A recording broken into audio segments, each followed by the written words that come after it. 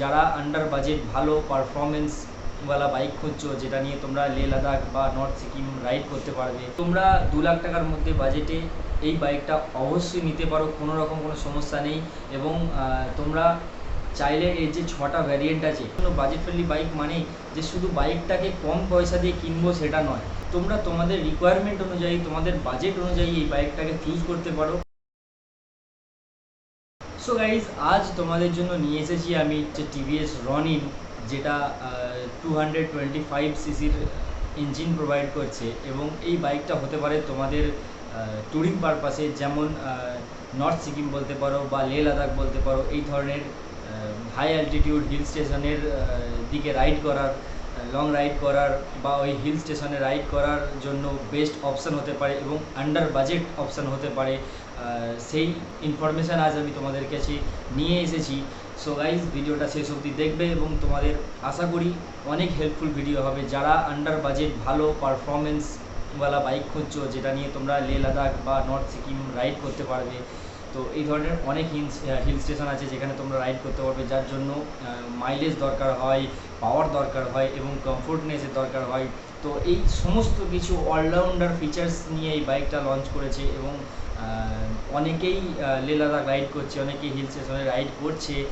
তো এই বাইকটা 225 সিসি সিঙ্গেল সিলিন্ডার অয়েল কুল ইঞ্জিনের সাথে আসছে এবং যেটা প্রডিউস করছে 20 বিএইচপির ম্যাক্সিমাম পাওয়ার এবং 19.9 নিউটন মিটারের ম্যাক্সিমাম টর্ক প্রডিউস করছে। এবং মাইলেজ তোমাদেরকে যদি বলি তো মোটামুটি 40+ মাইলেজ প্রোভাইড করে, যেটা হাইওয়েতে তোমরা 45+ও পেয়ে যেতে পারো। কারণ রয়্যাল এনফিল্ড হান্টার 350 বা ক্লাসিক 350 বলো, যেগুলো তোমার 350 সিসির ইঞ্জিন, যেগুলো টর্ক বেশি প্রডিউস করে কিন্তু পাওয়ারটা প্রায় 20 হর্স পাওয়ারের 20 বিএইচপির কাছাকাছি প্রডিউস করছে, 27 নিউটন মিটারের টর্ক প্রডিউস করছে হান্টার বা ক্লাসিক 350। কিন্তু এখানে এটা 225 সিসি ইঞ্জিনের জন্য এটা টর্ক প্রডিউস করছে অ্যাপ্রক্স 20 নিউটন মিটারে। তো এখানে টর্কের ডিফারেন্স অবশ্যই আছে, বাট এখন 100 সিসি বা 110 সিসি বা 125 সিসি বাইক নিয়েও অনেকে লাদাখ চলে যাচ্ছে। তো লাদাখের মতো হিল স্টেশন ওই লো সিসির লো সেগমেন্টের বাইক নিয়ে করছে, মানে এই বাইকটা কোনো সমস্যা হবে না। তবে আমি অনেকজনকে দেখেছি যারা এই টিভিএস রনিন নিয়ে লে লাদাখ রাইড করেছে। তো সবার আগে বলি যে এই বাইকটার 6টা আলাদা আলাদা ভ্যারিয়েন্ট আছে। তো এই বাইকটার প্রাইস শুরু হচ্ছে, যে বেস ভ্যারিয়েন্ট আছে সেটা প্রাইস শুরু হচ্ছে অ্যাপ্রক্স 1.5 লাখ থেকে। তো 1.5 লাখ থেকে 2 লাখ টাকার মধ্যে, আন্ডার 2 লাখ এই বাইকটার প্রাইস। তো 1.5 লাখ থেকে 2 লাখ টাকার মধ্যে 6টা ভ্যারিয়েন্টের প্রাইস আছে। তোমরা তোমাদের রিকোয়ারমেন্ট অনুযায়ী, তোমাদের বাজেট অনুযায়ী এই বাইকটাকে চুজ করতে পারো। এবং very comfortable riding posture, very comfortable seat আছে। তো এবং ফিউল ট্যাঙ্ক আমরা যেটা অন্যান্য বাইকের ক্ষেত্রে 100 সিসি থেকে শুরু করে আমরা 150 সিসি বা 250 সিসি বেশিরভাগ বাইকেতেই আমরা ম্যাক্সিমাম 12 to 13 লিটারের ফিউল ট্যাঙ্ক পাই, বাট এখানে 14 লিটারের ফিউল ট্যাঙ্ক আমরা দেখতে পাবো এই বাইকে, যেটা ট্যুরিং পারপাসের জন্য খুবই ভালো। একটু যদি হাই মাইলেজ হয়, তাও মাইলেজ বার করতে পারো তোমরা, তাহলে তোমাদের অনেকটা পরে ফিউল ভরাতে হবে। বুঝতেই পারছো, মোটামুটি 13 লিটার 14 লিটারের ট্যাঙ্ক মানে কত কিলোমিটার তোমরা রাইড করতে পারবে, প্রায় 450-500 কিলোমিটার রাইড করে ফেলতে পারবে। 40+ মাইলেজে তোমরা পেয়ে যাবে। 160 কেজি ওয়েটের সাথে আসছে এই বাইকটা এবং গ্রাউন্ড ক্লিয়ারেন্স 180 মিলিমিটার এবং 795 মিলিমিটারের সিট হাইট আছে এই বাইকটাতে। সো 5.5 ফুট হাইটের রাইডারদের জন্য কমফোর্টেবল হবে, খুব প্রবলেম হবে না।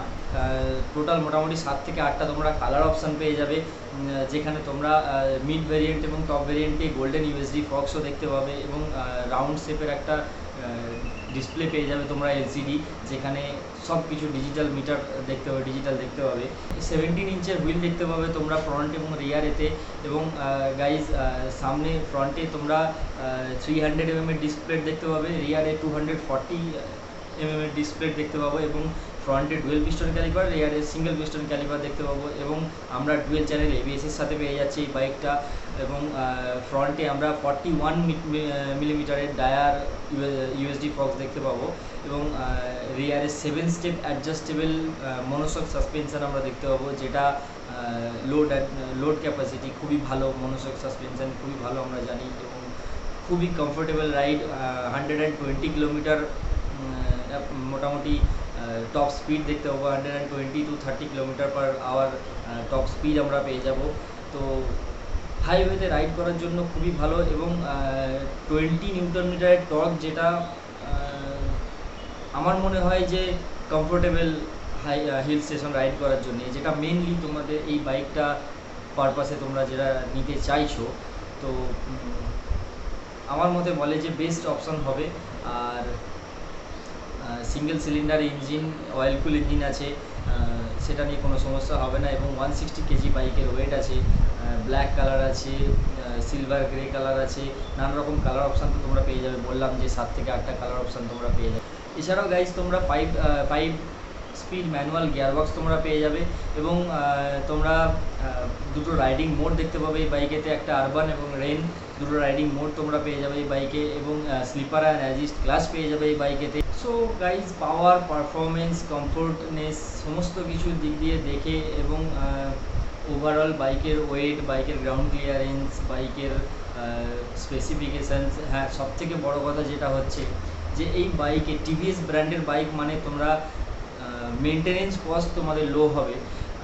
আমার মনে হয় যে বাইকের বাজেট ফ্রেন্ডলি বাইক মানে বাজেটকে কম রাখার জন্য বাজেট ফ্রেন্ডলি বাইক মানে যে শুধু বাইকটাকে কম পয়সা দিয়ে কিনবো সেটা নয়। বাইককে তুমি 2 লাখ টাকা দিয়েও কিনতে পারো, 3 লাখ টাকা দিয়েও কিনতে পারো, 1 লাখ টাকারও বাইক আছে, কিন্তু যে ব্র্যান্ডের সার্ভিস মেনটেনেন্স কস্ট কম, সেটাও আমাদের কাছে আমার মনে হয় যে বাজেটের মধ্যে ধরা দরকার। কারণ একটা বাইককে নেওয়ার পর সেই বাইকটাকে ভালো রাখার জন্য, বাইকটাকে সুস্থ রাখার জন্য, কারণ বাইকটাকে লং টার্ম ইউজ করতে হবে সেই চিন্তাভাবনা করেই মানুষ বাইক নেয়।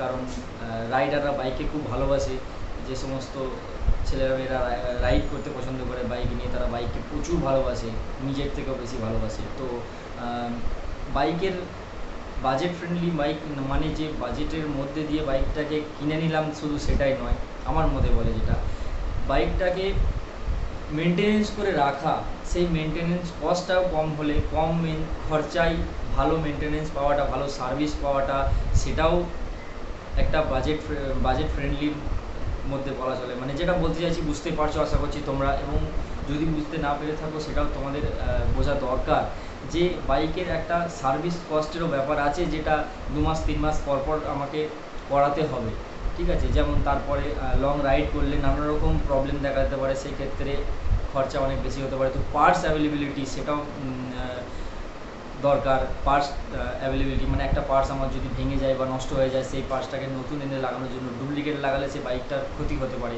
তো অরিজিনাল পার্টস তোমরা সহজলভ্যভাবে পাচ্ছ কিনা সেটাও খুব দরকার। তো কারণ পার্টস অনেক সময় পাওয়া যায় না, এবং পাওয়া গেলেও খুব কস্টলি হয়ে ওঠে। তো সেই সব জিনিসগুলো মাথায় রাখা দরকার। সো সেই দিক থেকে টিভিএস, হোন্ডা, হিরো এই ধরনের ব্র্যান্ডের বাইক নেওয়া খুব ভালো। তবে হাই বাজেটের প্রিমিয়াম বাইক যদি নিতে চাও সেক্ষেত্রে এই ব্র্যান্ডগুলো অ্যাভয়েড করাই ভালো। যেমন কেটিএম আছে, ট্যুরিং পারপাসে অ্যাডভেঞ্চার ট্যুরার বাইক যদি তোমরা নিতে চাও, আমি ভিডিও শেষেই বলবো আমার পছন্দ কেটিএম অ্যাডভেঞ্চার 250, 390, এখন তো 390 400cc ক্যাটাগরির সমস্ত বাইক 350তে এসেছে। এটা নিয়ে আমি একটা আলাদা ভিডিও বানাবো, যদিও অনেক লেট হয়ে গেছে। এখন অনেক সব ব্র্যান্ডই 350cc বাইক বার করে দিয়েছে মার্কেট ভ্যালু বাড়ানোর জন্য। তো সেটা নিয়ে এই ভিডিওতে আমি কথা বলছি না, এটা নিয়ে আমি পরে কথা বলবো। তো চলো, এই ভিডিওটায় আশা করছি আমি তোমাদেরকে ক্লিয়ার করতে পারলাম। যদি কোনো প্রশ্ন থাকে তোমাদের, সেটা তোমরা অবশ্যই নিচে কমেন্টে আমাকে বলবে, আমি উত্তর দেওয়ার চেষ্টা করব। তো চলো, এই ভিডিওটা এখানেই শেষ করছি। তোমরা 2 লাখ টাকার মধ্যে বাজেটে এই বাইকটা অবশ্যই নিতে পারো, কোনো রকম কোনো সমস্যা নেই। এবং তোমরা চাইলে এর যে 6টা ভ্যারিয়েন্ট আছে, বেস, মিড, টপ মিলিয়ে তিনটে রেঞ্জ মিলিয়ে টোটাল 6টা ভ্যারিয়েন্ট আছে। সেই 6টা ভ্যারিয়েন্টের মধ্যে 1.5 লাখ থেকে 2 লাখের বাজেটে তোমাদের আসছে। তোমরা নিজেদের রিকোয়ারমেন্ট এবং নিজেদের বাজেট অনুযায়ী তোমরা বাইকটা নিতে পারো। তো আশা করি তোমাদের ভিডিওটা হেল্পফুল হবে এবং হলো। তো চলো, এখানে শেষ করছি, ফিরে আসবো নতুন একটা ভিডিও নিয়ে। Bye bye.